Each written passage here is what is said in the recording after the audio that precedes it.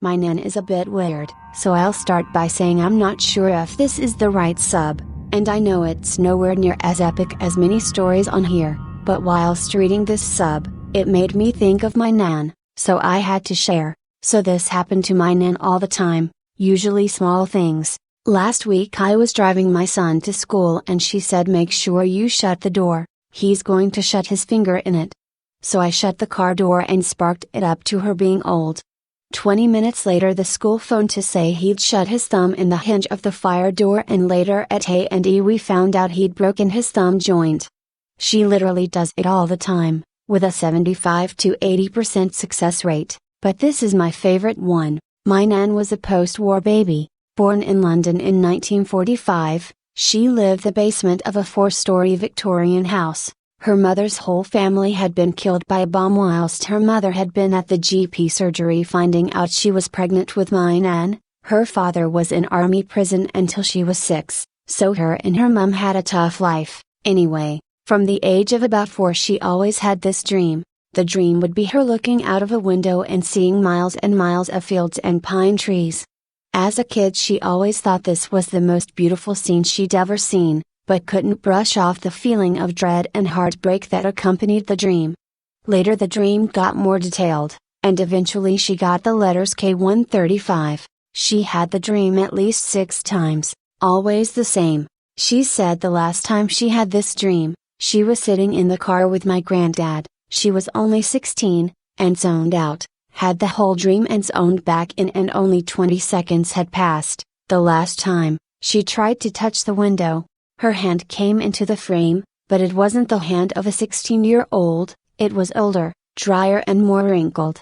She never really brushed the dream off, to be honest. She had K135 written in the kitchen door frame for my entire life and probably years before I was born also. She always told me of the dream, but I always thought it was nothing. She kept trying to explain how she never felt asleep, it felt like a time lapse, not a dream. And she always wanted to know where the view was. In 2006, my parents found out they were expecting their 6th child. She was an accident lol, and they'd need to move house to fit us all. May 2006, Kay was born. January 2007, my parents moved house, and my grandparents helped us get moved in. My granddad, only aged 63, helped with all the heavy lifting, painting, etc. whilst my nan watched us kids. 4 weeks later my nan went to visit the completed house, and my granddad was super excited to take her to visit my baby sister Kay's room. He'd worked really hard, building her furniture, painting her walls, installing her light fittings. But my nan didn't see all his hard work.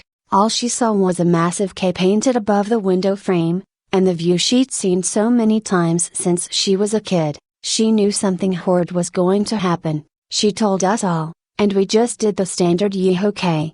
4 weeks later, my granddad was diagnosed with stage 4 cancer. They'd been married 43 years. No one could believe it. He deteriorated fast.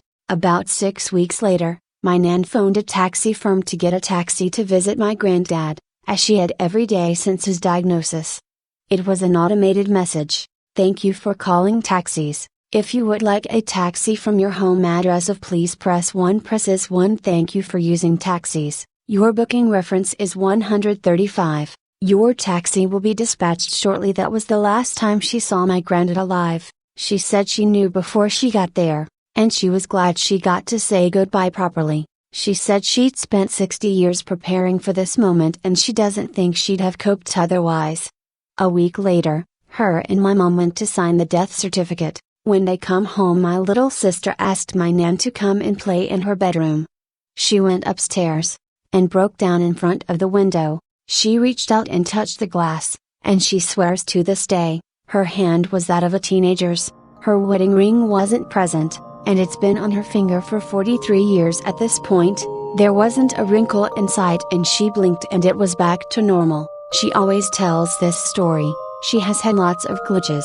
I'll make another post another day if I have time, but this is definitely the most prolific one she's had.